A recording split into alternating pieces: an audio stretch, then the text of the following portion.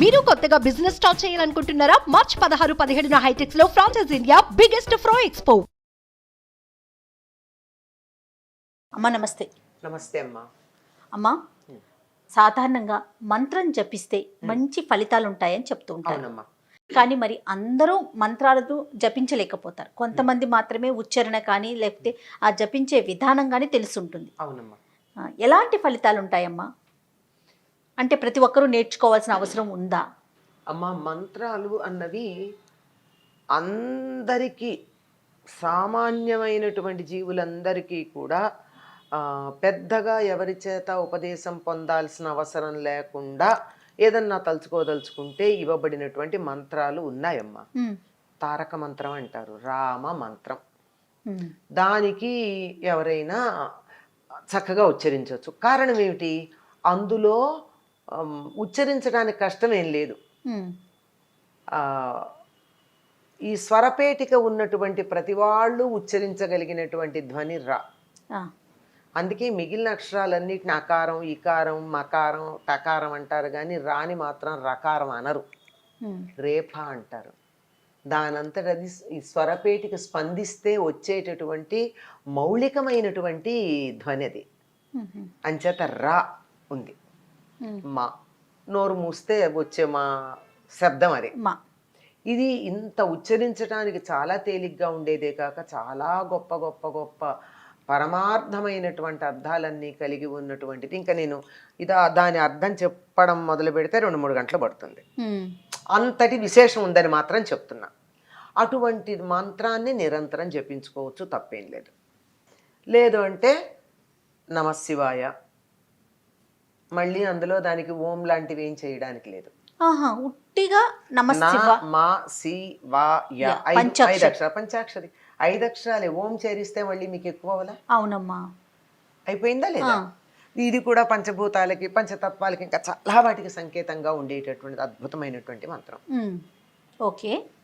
ఈ 2 మాత్రం అందరూ ఎప్పుడైనా అమ్మా. శ్రీరామ, అలానే శివాయ. శ్రీ లేకపోయినా రామ అన్నా చాలు, ఉట్టిగా రామ అన్నా చాలు. శ్రీ చేర్చినా తప్పు లేదు. ఒకవేళ శ్రీ ఉచ్చరించలేకపోవచ్చు కొంతమంది, అసలు ఉచ్చరించలేరు కొంతమంది. అంటే శ్రీ అంటూ ఉంటారు, సాని షాగా పలుకుతారు కదా. అవునవును, శ్రీ అనకపోతారు. అంచేత రామ సమస్య లేదు. శివాయ అన్న దాంట్లో శివాయ అన్నప్పుడు చచ్చినట్టు శివాయ అంటే తప్ప, లేకపోతే కుంటిసా అనే అవకాశమే ఉండదు. శివాయ అని చక్కగా అంటారు. ఎంత దయమ్మా మన పెద్దలకి మన మీద. అందరూ చాలా తేలికగా ఉచ్చరించగలిగిన మంత్రాలు ఇచ్చారు. ఇంకా అంతకన్నా పెద్దవైతే ఉచ్చారణలో తేడా వస్తుంది. అసలు ఉచ్చారణ అంటారు చాలా మంది. ఉచ్చారణ తప్పు, ఉచ్చారణే అనాలి. అక్కడ ఒత్తు లేదు, చాకి ఒత్తు లేదు. అక్కర్లేని చోట ఒత్తులు పెడతాం, కావాల్సిన చోట ఒత్తులు పెట్టాం. ఉదాహరణకి ప్రొనౌన్సియేషన్ అంటాం, నౌన్ పలికి. అసలు ప్రొనౌన్సియేషన్ తప్పు, ప్రొనౌన్సియేషన్ ఇంగ్లీష్లో కూడా. అసలు ఉచ్చారణకి సంబంధించిన 2 పదాలనే సరిగ్గా ఉచ్చరించాం మనం, అటు ఇంగ్లీష్ కానీ ఇటు తెలుగు కానీ. ఇట్లాంటిది మంత్రాలు తప్పు చదివితే ఎంత ప్రమాదం ఉంటుంది. అందువల్ల ఎవరైనా ఆ మంత్రాన్ని స్పష్టంగా అక్షర దోషాలు లేకుండా, అక్షరమే కాదమ్మా, దీర్ఘము, హ్రస్వము, ఎక్కడ ఉదాత్త అనుదాత్త స్వరితాలు అంటే ఎక్కడ పెంచాలి స్థాయి, ఎక్కడ సమంగా ఉండాలి, ఎక్కడ కిందకు ఉండాలి, వీటన్నిటిని చూసుకుని మరి ఎక్కడ విడదీయాలి, ఎక్కడ కలపాలి, ఇవన్నీ చూసుకుని స్పష్టంగా ఉచ్చరించి మంత్రాన్ని సిద్ధి పొందినటువంటి వారి దగ్గర ఉపదేశం తీసుకుని అంత స్పష్టంగా ఉచ్చరిస్తే ఫలితం ఉంటుంది. పుస్తకాల్లో చదివి ఎక్కడో విని స్క్రీన్ మీద చూసి చేస్తే అంత సరిగా ఎక్కడుంటుంది. ఉదాహరణకి చెప్తాను నేను. ఫలితం అంటారు అందరూ. ఫలితమా? కాదు కదా, ఫలితం అనాలి. మరి ఫలితం అని పలికి నాకు ఫలితం ఏమంటే దేవుడు ఇస్తాడా? ఇవ్వడు. అంటే అయ్యో దేవుడికి జాలి లేదా అంటే, జాలి ఉన్నది కనుకే నువ్వు ఫలితం అనకుండా రామ అంశాలు ఇస్తానంటున్నాడు. ఎందుకు? కష్టమైన పనులకు వెళ్ళడం దేనికి? ఆ పనులు కష్టమైన పనులు, వాటి దగ్గరికి ఎందుకు ఎడుతున్నావు? తేలిగ్గా మాట్లాడండి. ఎవరితోనో పోటీ, వాళ్ళు చేశారు నే చేయాలి, వీళ్ళు చేశారు నే చేయాలన్న తాపత్రయం తప్ప ఇంత తేలికైన ఉండగా ఎందుకు వెళ్ళినట్టు? అందువల్ల అంత స్పష్టంగా ఫలితం అనడమే అలవాటయ్యి ఆ, ఫలితం అనకుండా ఆ, ష అనకుండా ఉమ్, స అనకుండా ష పలకగలిగితే చాలా వాటి జోలికి వెళ్ళట్లా నేను. కొన్ని మాత్రమే. ఇది మాత్రమే బాగా అందరూ అంటూ ఉంటారు కనుక చెప్తున్నా. ఇవన్నా లేనటువంటి వాళ్ళు పెద్ద పెద్ద మంత్రాలు మేము చదువుతాం అని పెడితే ఎటువంటి ఫలితం ఉంటుంది? ఎందుకు ఉండదండి అంటే ఉండదు. ఎందుకు ఉండదు అంటే కొన్ని మంత్రాలకు అసలు అర్థాలు లేవు. ఉహు. అర్థం తీస్తే డిక్షనరీలో ఇది ఒక దొరకదు మనకి. బీజాక్షరం అని ఉంటుందే తప్ప మంత్రానికి అర్థమే ఉండదు. ఉమ్. ఎందుకు అర్థం ఉండదు అంటే అదంతా కోడ్ లాంగ్వేజ్. మరి ఎలా అర్థం చేసుకోవాలమ్మా? అర్థం చేసుకోనక్కర్లా. మంత్రం నీకు ఆ చదివితే చాలా? ఆ మంత్రాన్ని అంత స్పష్టంగా ఆ మంత్ర అధిష్టాన దైవం పేరేదో చెప్తారు కదా, ఆ. ఆ దైవాన్ని మనసులో పెట్టుకుని ధ్యానం చేస్తూ ఈ మంత్రాన్ని ఉచ్చరిస్తే సరిపోతుంది.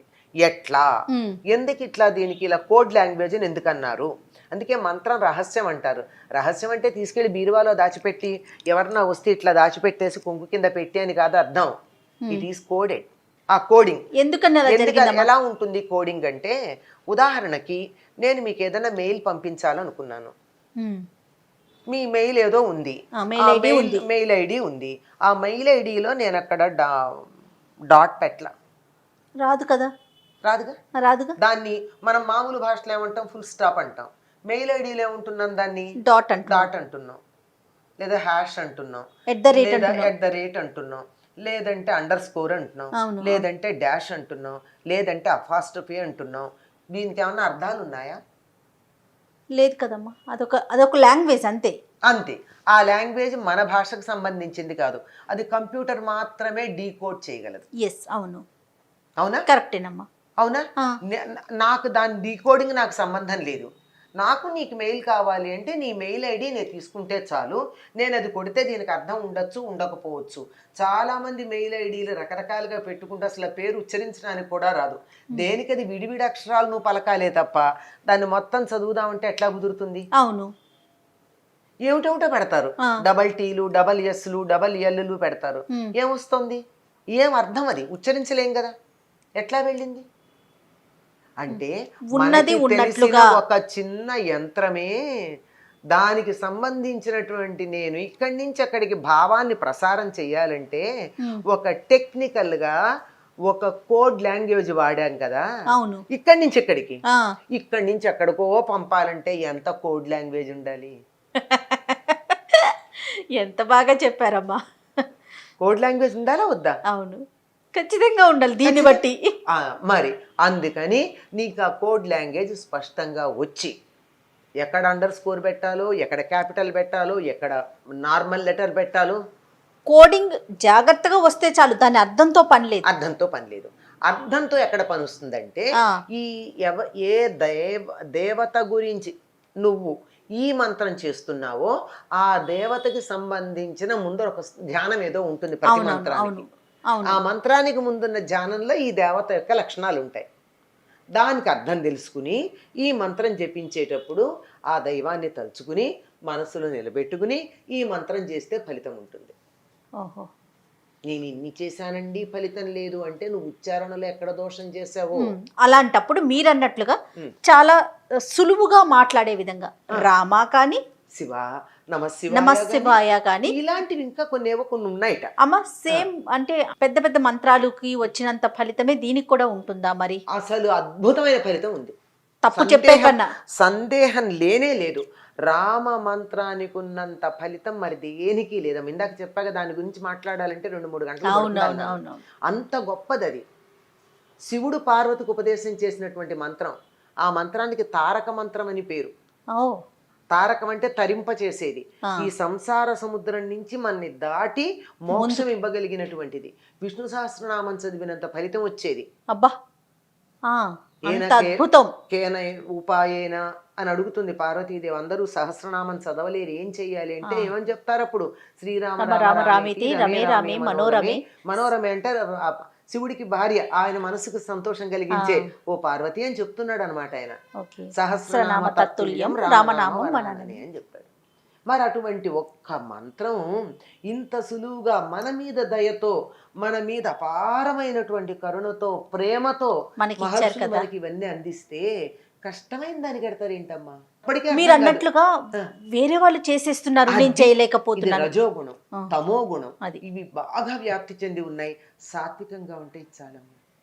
సాత్వికతని అలవాటు చేసుకోవాలమ్మా. మీరు అన్నట్లు మంత్రాల దగ్గర నుంచి, దేవుడి దగ్గర నుంచి, తినే ఆహారం దగ్గర నుంచి మరీ ముఖ్యంగా అక్కడి నుంచే వస్తుంది అంతా. ఇది soft, sweet, happy, light. Light అంటే రెండు రకాలు, తేలిక, వెలుగు, ఎస్, అలా ఉంటాయి.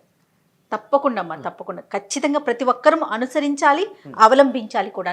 ఏదన్నా ఒక ప్రత్యేకమైన ఫలితం కోసం చాలా కష్టమైనటువంటి క్లిష్టమైనటువంటిది, ఏ దేశం కోసమో, రాజ్యం కోసమో, ప్రపంచం కోసమో, లేదా ఇప్పుడు ఉన్నటువంటి పాండమిక్ పోవడానికో ఏదన్నా చేయాలంటే తత్సంబంధమైన ప్రత్యేకమైన ఉంటాయి. వాటిని బాగా తెలిసినటువంటి వాళ్ళ దగ్గర, గురువుల దగ్గర తెలుసుకోవాలి. అద్భుతం. నమస్తే అమ్మా. నమస్తే అమ్మ.